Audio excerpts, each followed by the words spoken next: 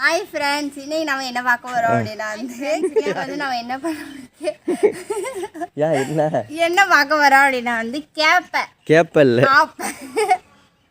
ஏன்னா கேப்பன்னு வருது. ஆப்பை நம்ம செய்ய போகிறோம். டவுன்லாம் வந்து கரண்டி, இங்கே வந்து பார்த்தீங்கன்னா 2 ஓட்டை போட்டுக்கணும். 2 ஓட்டை தெரியுதா உங்களுக்கு? கொட்டாங்குச்சியில் 2 ஓட்டை. இந்த கரண்டியில் வந்து கொஞ்சோண்டு இங்கே செதுக்கிடுவோம். அந்த ஓட்டைக்குள்ளே அந்த குச்சி போகிற மாதிரி. மூங்கி குச்சியாக இருந்தால் நல்லாயிருக்கும். மூங்கி குச்சி இது பாருங்க. இந்த மாதிரி குச்சை வந்து செதுக்கி எடுத்துட்டு மொதல் ஓட்டையில் இப்படி உள்ளே விட்டுட்டு 2வது ஓட்டையில் அடியில் விட்டுறணும். நல்லா தட்டி விடு, அமுக்கி விடு.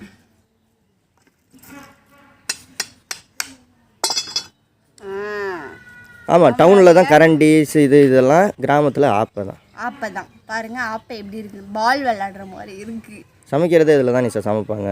நல்லா குழம்புத்தெல்லாம் அழகாக இருக்குது தானே? உனக்கு கிண்டலாக இருக்கும். உண்மையிலே இதுதான் கிண்டலாக இருக்கும். நிஷா கஷ்டப்பட்டு ஒரு ஆப்பை செஞ்சுட்டா. எப்படி இருக்குது? ஒரு கொட்டாங்கச்சியில் இங்கே ஒரு ஓட்டை, சென்டராக ஒரு ஓட்டை, சென்டரில் ஒரு ஓட்டை. இந்த நிஷா போட்டிருக்காங்க. சென்டர்னா சென்டரில் 3 கண்ணு வரும்ல கொட்டாங்குச்சியில்.